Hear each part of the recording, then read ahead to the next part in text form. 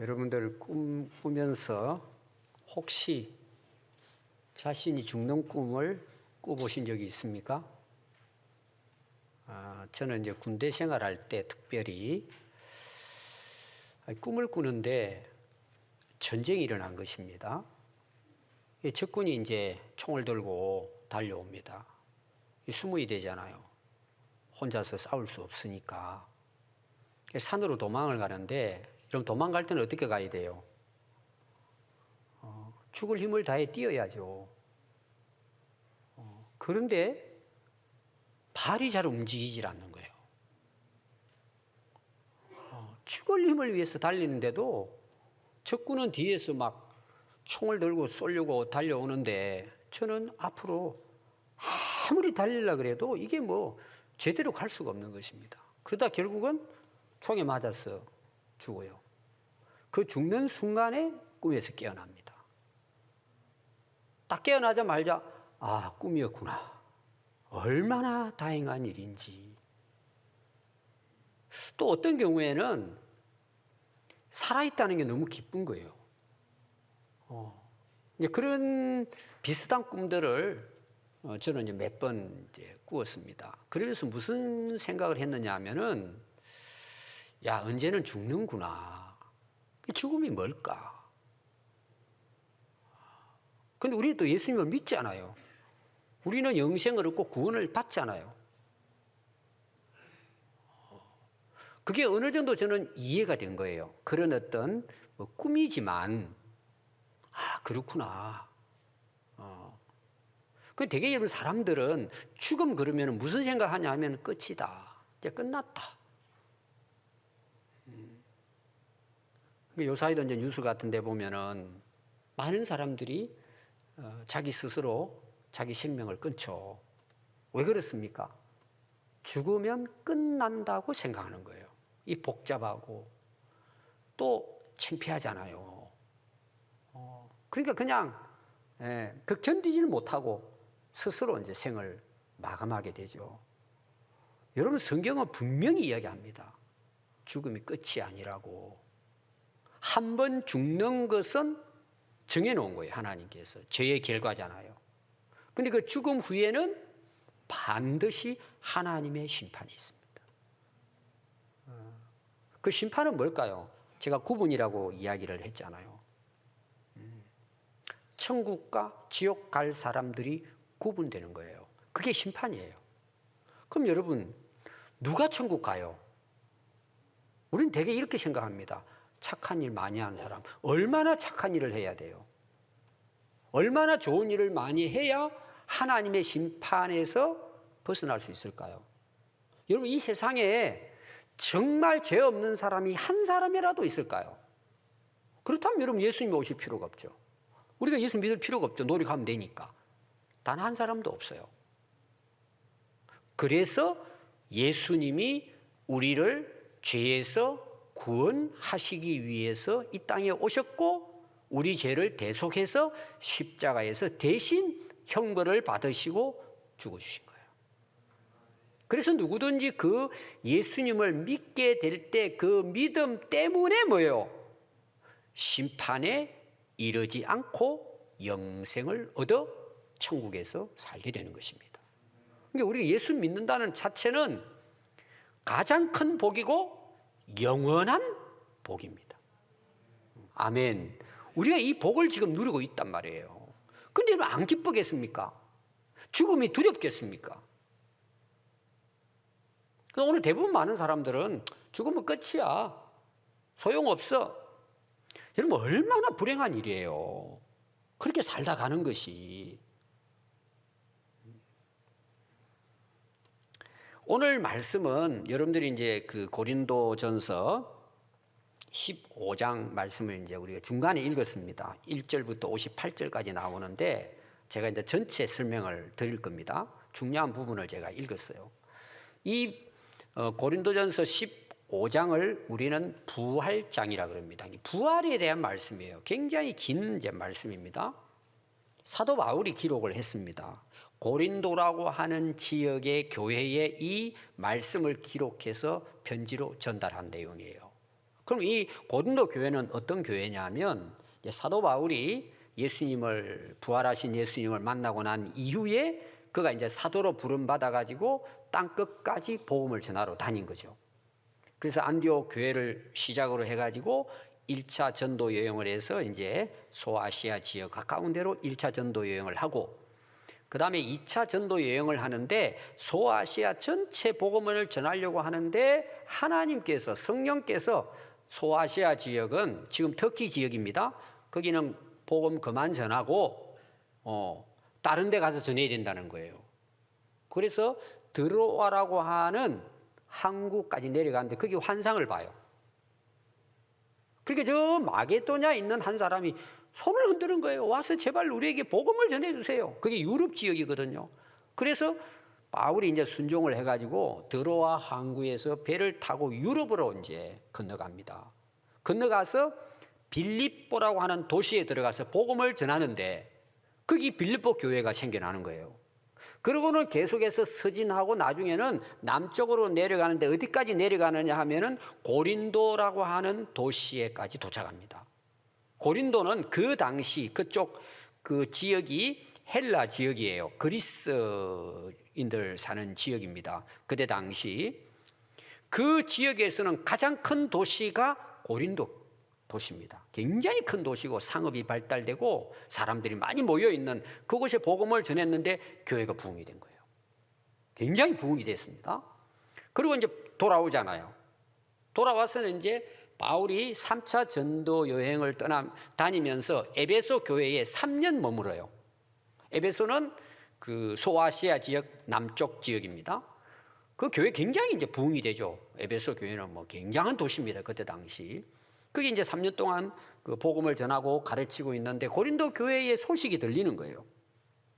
그렇게 막 부흥이 되고 했는데 문제가 생기는 거예요. 여러분 교회라는 게 아무리 뭐 부흥이 돼도 다 사람들이 모이는 곳이라 문제가 생기잖아요. 보통 문제가 아닌 거예요.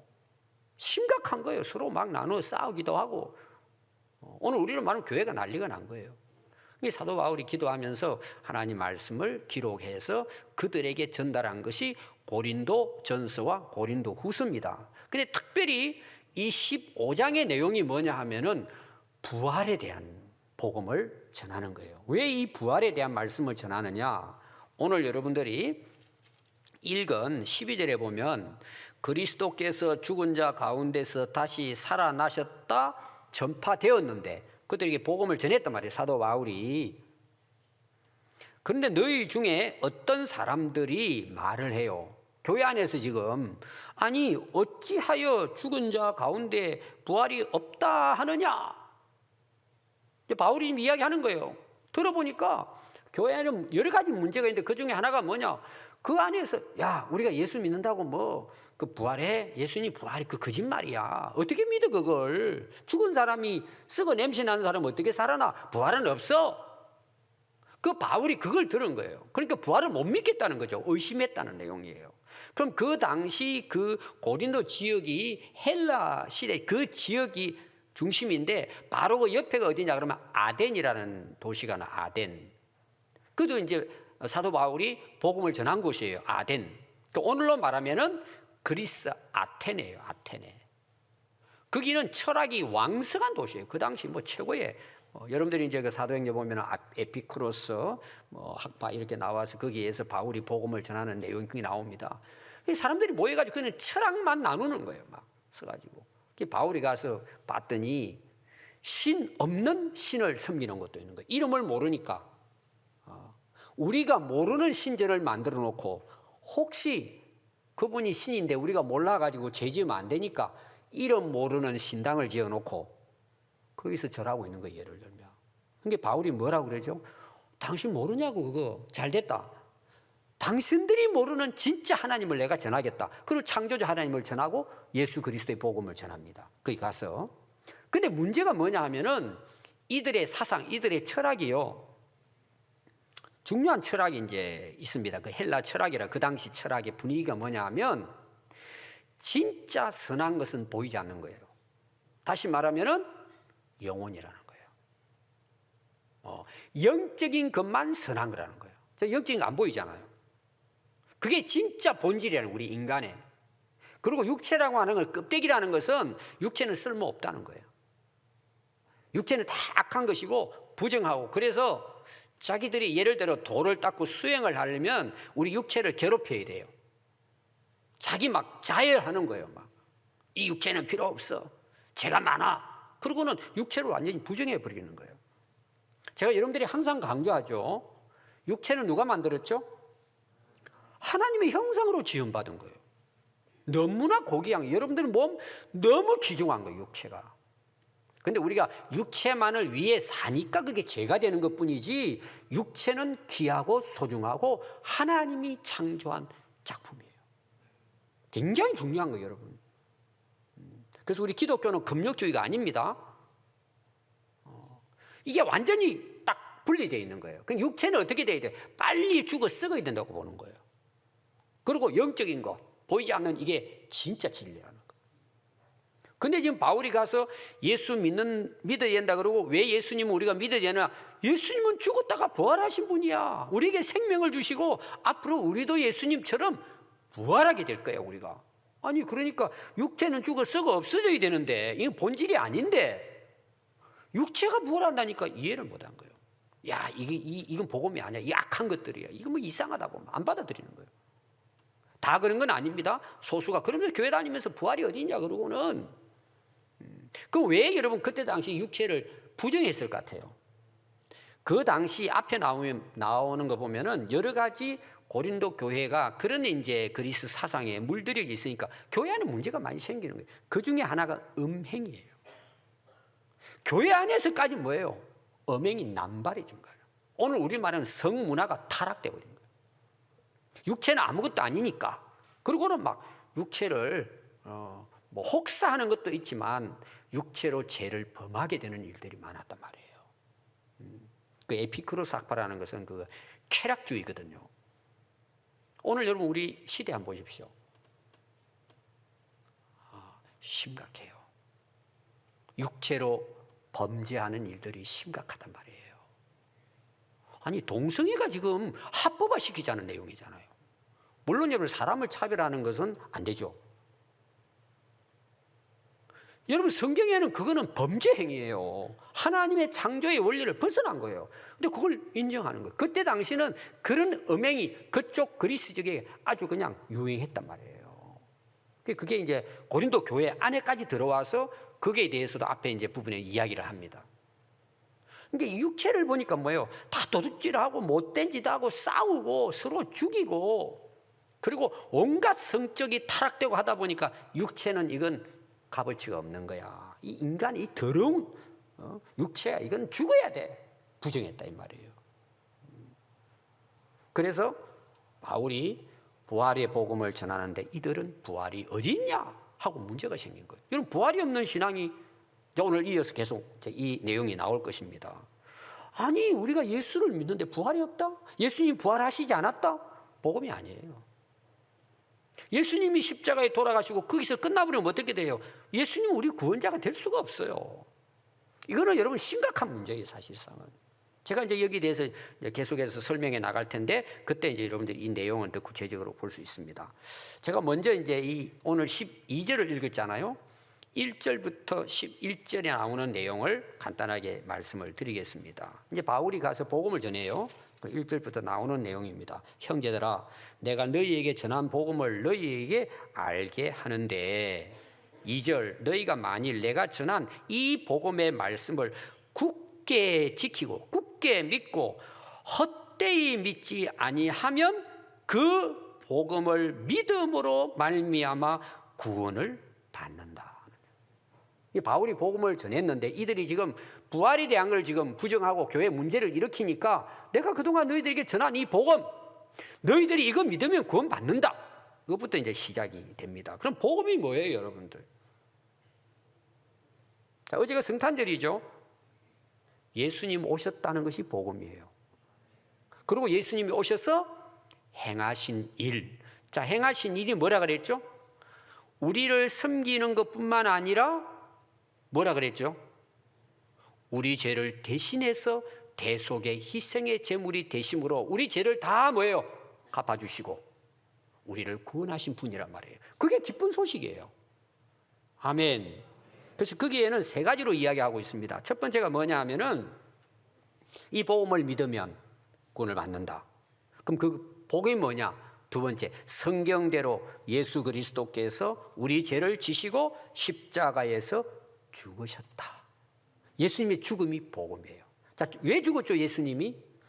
우리가 죄의 대가를 받아서 심판을 받아 죽어야 되는데 죽음을 예수님이 대신 십자가에 피 흘려서 피에 제사를 드리고 우리의 죄값을 다 뭐예요? 대신 갚아줬다는 거예요. 그게 복음인 거예요.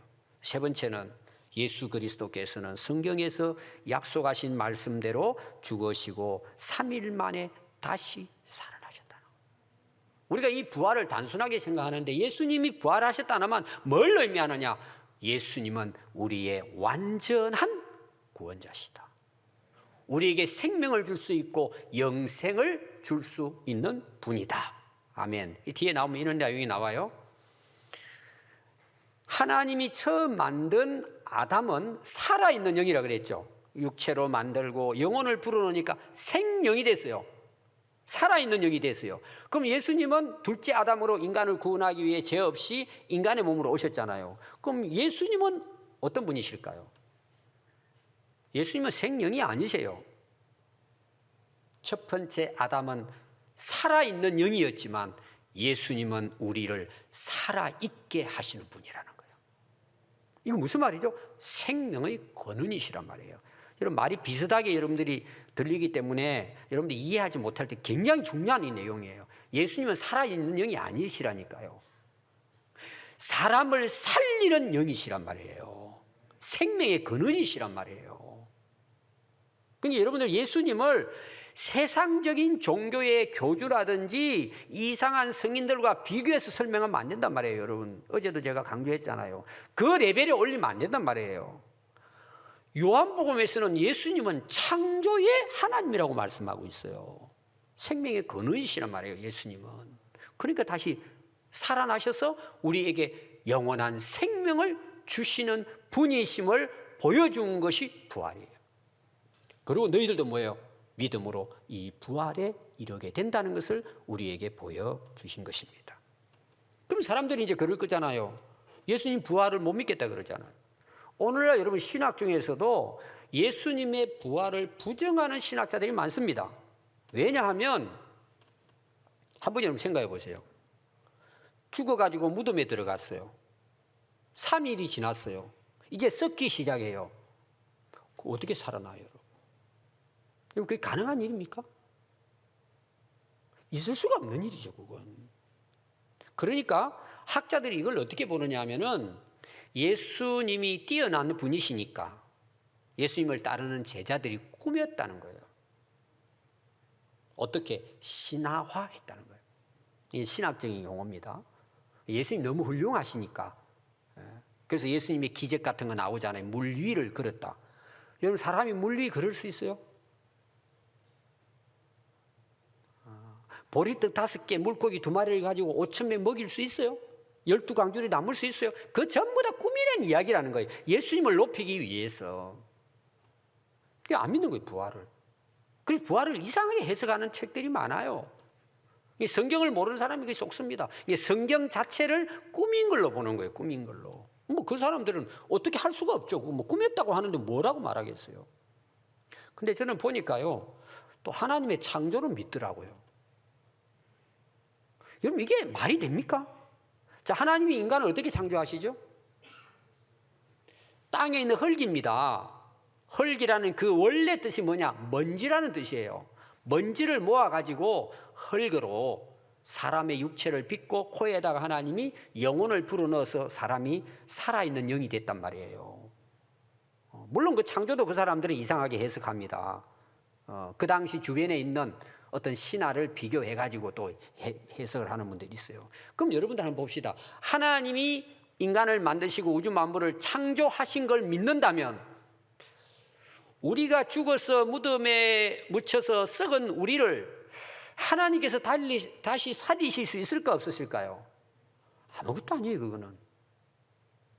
여러분, 우주가 얼마나 넓은지 아세요? 무한대로 무한대. 저는 이제 그런 부분에 관심이 많아요. 창세기를 이제 공부하다 보면 항상 그런 부분들 때문에 요사이 또 새로운 천문학에 대해서 나옵니다. 또 어제 성탄절 날 우리나라 허블 그 세계의 망원경이라고 이 우주를 관측하는 망원경 있잖아요. 그걸 인공위성 띄웠는데 그거보다 뭐 200배인가 더 멀리 정확하게 보는 또 그런 전체 망원경을 띄워가지고 지금 날렸습니다. 먼 이제 그 우주까지 보는 거죠. 제가 얼마 전에 그걸 연구한 사람들을 또 제가 이렇게 그 강의를 들었는데요. 제가 그걸 들으면서 무슨 생각이 들었냐 그러면은 나는 아무것도 아니더라고요. 전에도 제가 그런 생각을 계속 하고 있지만 이 우주라고 하는요, 이 신비는 여러분 상상을 초월합니다. 야, 하나님의 그 능력이 지혜가 여러분들이 알고 있는 거, 우리가 지금 알고 있는 거하고는 뭐 비교가 아니라 우리가 지금 하나님을 안다는 것은 모르는 것과 같습니다. 제가 이런 표현 자주 쓰잖아요. 없는 것과 같다 이런 말들은 하나님의 존재에 대해서 우리 인간을 거기다 비교하면 우리는 없는 거예요. 있다고 표현할 수가 없어요. 왜? 하나님이 너무나 위대하시기 때문에. 그래서 우리가 하나님을 안다. 얼마나 압니까 여러분? 하나님은 보여주는 것 때문에 아는 거예요. 우리가 그거밖에 모르는 거예요. 근데 인간들이 뭐예요? 이 부활을 이거는 틀렸어, 부정한단 말이에요.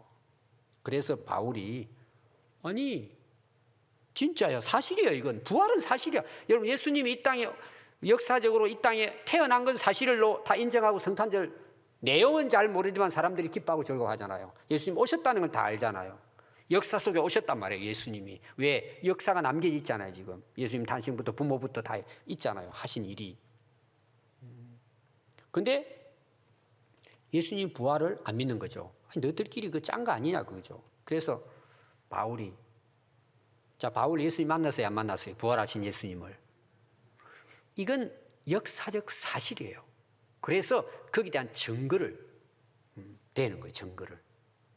그게 오늘 여러분 읽지는 않았지만 5절부터 11절 앞에 나오는 내용이에요. 아니 예수님이 부활하신 거는 나 혼자 만나가지고 이야기하는 게 아니야. 증거가 있어. 증거가. 목격자가 있다고. 그러면서 쭉 설명하는 내용입니다. 5절 첫 번째는요, 베드로에게 보여주셨어요. 게바는 이제 베드로의 이름이 게바는 아람어인가 그렇습니다. 베드로가 봤어요. 자 보십시오. 베드로가 보고 싶어서 봤어요? 예수님이 나타나 보여주셨어요? 부활하셔서 보여주신 거예요. 베드로가 만났어요. 그 다음에 12제자에게 예수님 나타나서 보여주셨어요. 나타내 주셨어요. 6절에 보니까 500여 형제들에게 일시에 보여주셨어요. 자, 오늘 우리로 말하면 평안교회 성도들이 500명이 예배 드리는데 예수님 부활하고 오신 거예요. 여러분 제가 다 보이죠? 한 사람 한 사람 보는 게 아니라 일시에 제가 보이잖아요. 예수님은 그렇게 그들에게 일시에 500여 성도들이 예배 드리고 있는 곳에 나타나 보여주신 거예요. 모든 사도에게 보여주셨어요. 예수님을 따르는 제자들입니다. 그리고 맨 나중에는 누구에게 보여주셨을까요? 내게도 보여주셨다는 거예요. 그게 이제 사도행전 9장에 나오잖아요. 사도 바울이 예수 믿는 사람 핍박하고 죽이려고 다메섹 도상으로 가는 중에 부활하신 예수님이 만나주셨잖아요. 이 바울은 원래 교회를 핍박하고 죽이는 앞잡이에요. 무슨 헛된 이야기 하냐. 너희들끼리 짜가지고 예수님이 살아났다고 거짓말하고 무덤에 있는 거 시체 다 훔쳐가가지고는 너희들 다 작전 짜가지고 이렇게 하는 거 아니냐. 그러고 막 부활을 전하는 사람을 잡아 죽이는 거예요. 감옥에 집어넣는 앞잡이 하는 거예요. 잡아와가지고 감옥에 집어넣는 일을 막 화가 나가지고 이 거짓말하고 돌아다니니까 그렇게 하러 다니는데 부활하신 예수님이 직접 만나주신 거예요. 그래서 바울이 내게도 만나주셨다. 나는 정말 핍박하는 자로서 나는 사도가 될 자격도 없다. 근데 예수님이 날 만나주셨어. 내가 이렇게 복음을 전한다. 나의 나 된 것은 모든 것이 하나님의 은혜다. 내가 목숨을 걸고 순교까지 고난을 받으면서도 핍박을 받으면서도 이 복음을 전하는 것은 그렇게 할 수 있는 것도 하나님이 나와 함께 하시는 은혜 때문이다. 이게 이제 11절까지의 내용입니다. 오늘날로 여러분 보십시오. 범죄 사건이 딱 일어났습니다. 그러면 재판을 하잖아요. 원고와 피고가 있습니다. 그럼 재판할 때 이제 재판에 그 근거가 있잖아요. 자료가 있잖아요.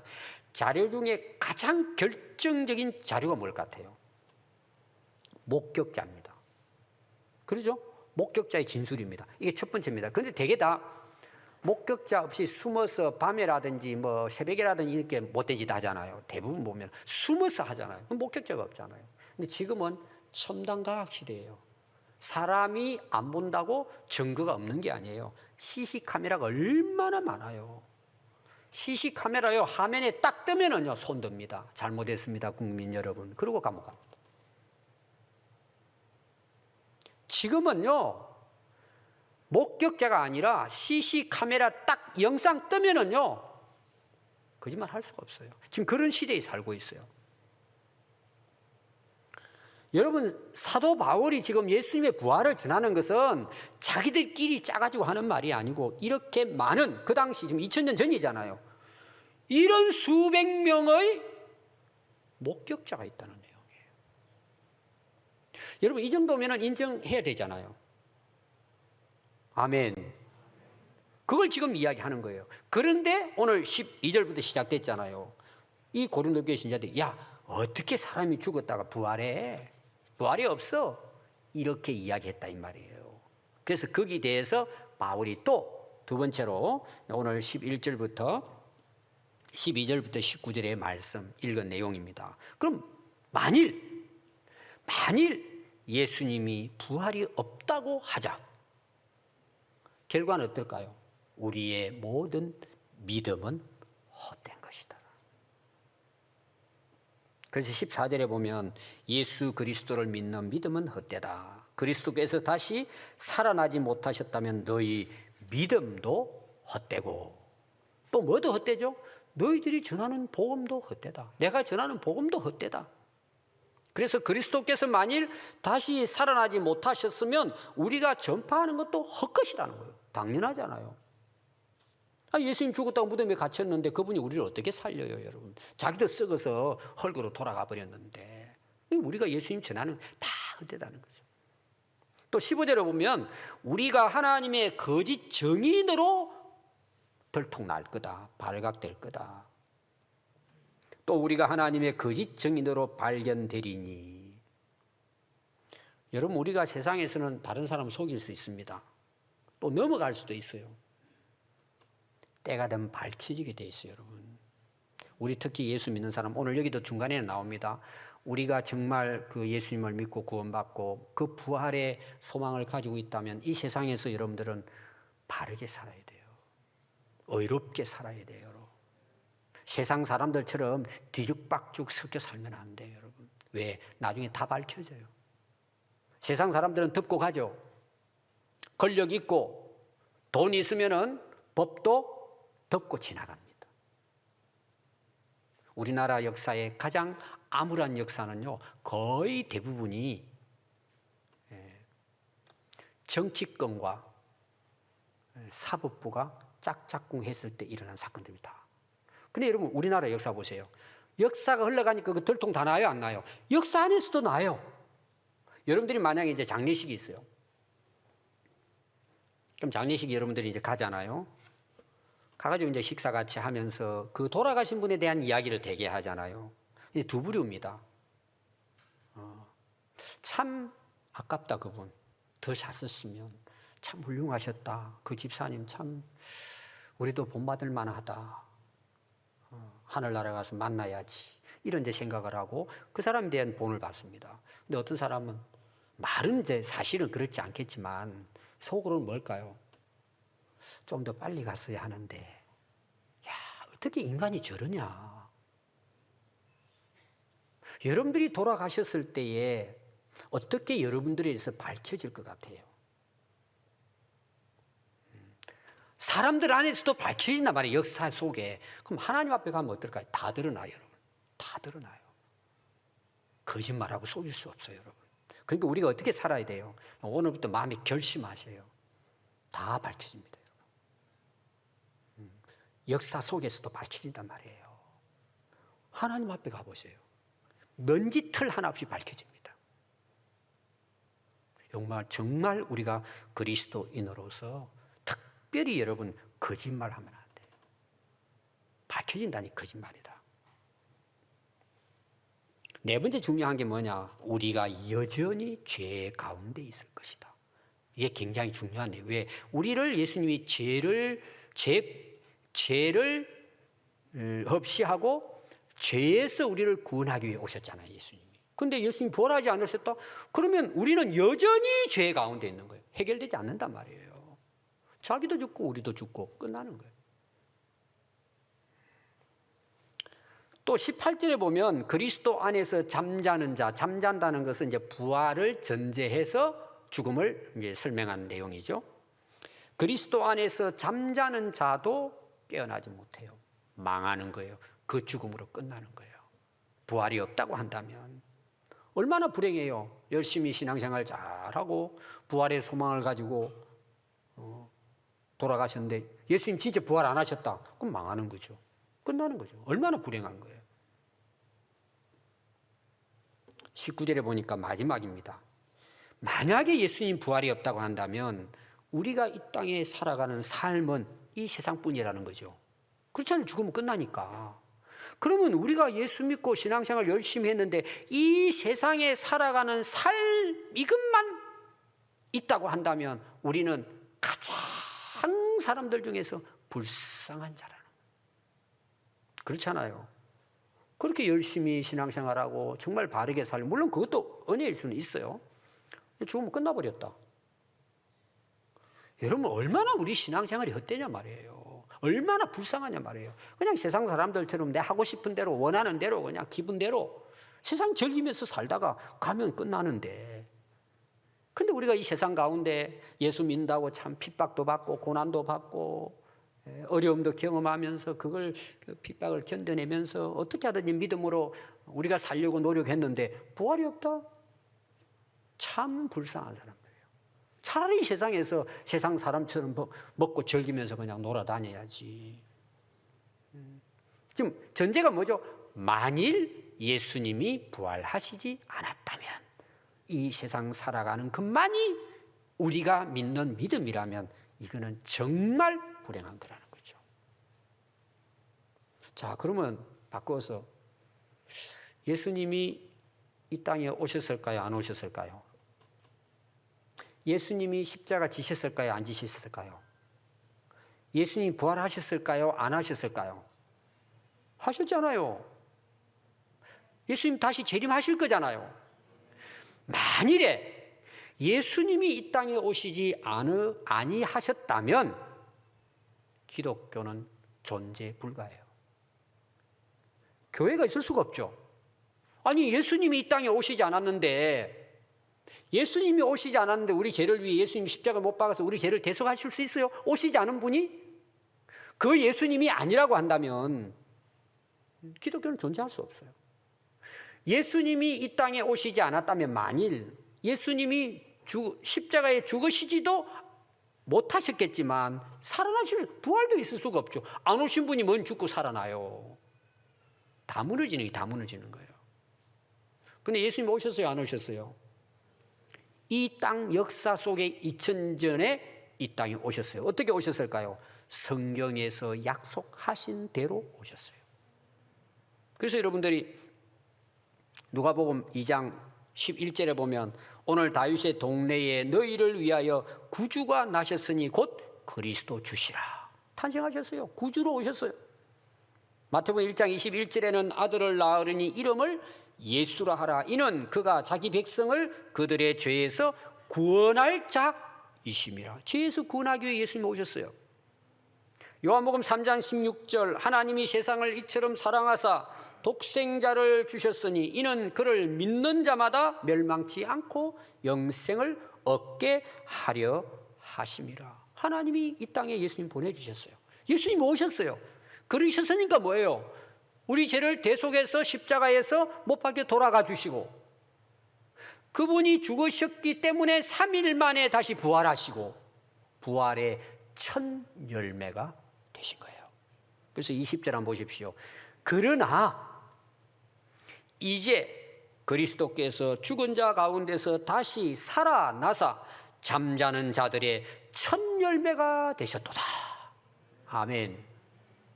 살아나셨다는 거죠. 여러분, 첫 열매라는 것은 중요합니다. 예수님이 죽으셨는데 다시 살아났단 말이에요. 부활하셨단 말이에요. 3일 만에. 그러니까 처음으로 부활하신 분이 예수님이시라는 거예요. 이게 첫 열매라고 이야기하는 거예요. 그러면은 우리가 첫 열매 한번 봅시다. 저도 이제 그게 과일나무 이런 걸 심어서 우리 뒷칸에서 이제 이렇게 재배를 하고 하는데, 예를 들어서 감나무를 하나 샀다고 생각합시다. 지금 가을이나 겨울에 가서 이제 그 나무 파는 데서 사면은 짝대기 하나 줍니다. 짝대기 하나. 그리고 뒤에 뿌리가 있어요.